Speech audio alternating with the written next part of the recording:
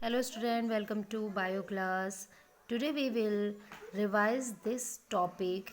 Everyone learned the previous class function of DNA and central dogma. What is the function of DNA?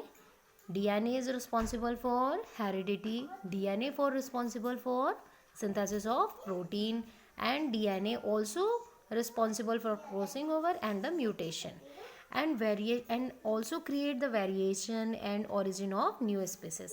हम बोल सकते हैं कि DNA ही responsible होता है जितने भी न्यू स्पीसीज होते हैं वो रिप्लिकेशन के लिए भी रिस्पॉन्सिबल है, म्यूटेशन के लिए भी रिस्पॉन्सिबल है। तो सारे चीज़ों के लिए डीएनए जो हमारा जेनेटिक मटेरियल है वो हमारे अंदर वेरिएशन मतलब स्पेसीज में वेरिएशन और हेरिडिटी दोनों के लिए बहुत इंपॉर्टेंट चीज़ है। हेरिडिटी का मतलब ये है कि जो क्वालिटीज़ हैं वो डिस्ट्रॉय नहीं होती, जो मेन क्वालिटीज़ हैं जो मेजर क्वालिटी हैं वो डिस्ट्रॉय नहीं होती, बट हल्के फुल्के वेरिएशन होते रहते हैं।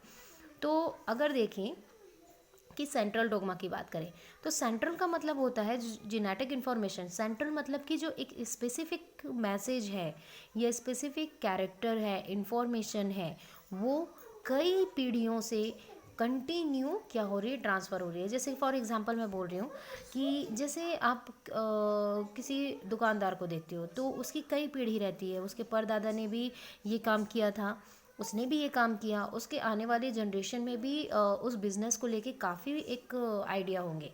तो सभी ने एक ही बिज़नेस पे फोकस किया, लेकिन उनकी आइडिया क्या है, वेरिएशन ला रही हैं। उनके बिज़नेस को इम्प्रूव करने के लिए अलग अलग आइडियाज़ इम्प्रूवमेंट ला रही हैं। तो ये जो हो रहा है कि उनमें उनको सिर्फ बिज़नेस करना है, ज़रूरी तो नहीं कि उनके बच्चे डॉक्टर बन सकते हैं या फिर कलेक्टर बनना चाहिए। वो बिज़नेस क्यों करें, वो दुकान बंद कर देना चाहिए उनको। लेकिन नहीं, जो आप देखेंगे बिजनेसमैन के जो बच्चे होते हैं वो भी बिज़नेस करते हैं, क्योंकि वो बिज़नेस इसलिए करते हैं क्योंकि एक स्पेसिफिक कैरेक्टर है जो कई जनरेशन से क्या हो रहा है, पास आउट हो रहा है। ठीक है, तो उसको हम सेंट्रल कहते हैं। डोगमा का मतलब होता है कंटिन्यू वो चीज़ को हैबिट में होना, है ना। मतलब वेरिएशन तो आता है, चेंजेस आती है, लेकिन एक ऐसा कैरेक्टर जो कई सालों से या उस पीढ़ी में मतलब हम बोल सकते हैं उस स्पीसीज़ की वो कैरेक्टर पहचान है, तब हम पहचान सकते हैं कि हाँ ये वही कैरेक्टर है। तो एक स्पेसिफिक जो कैरेक्टर होता है, जो इन्फॉर्मेशन होता है, उसका क्या होता है, रिप्लिकेशन होता है और ट्रांसफ़र होता है रिप्लिकेशन के थ्रू। तो जनरली इसको क्रिक ने दिया था। और डीएनए का जब रिप्लिकेशन होता है तो उसमें मैसेंजर आरएनए बनता है।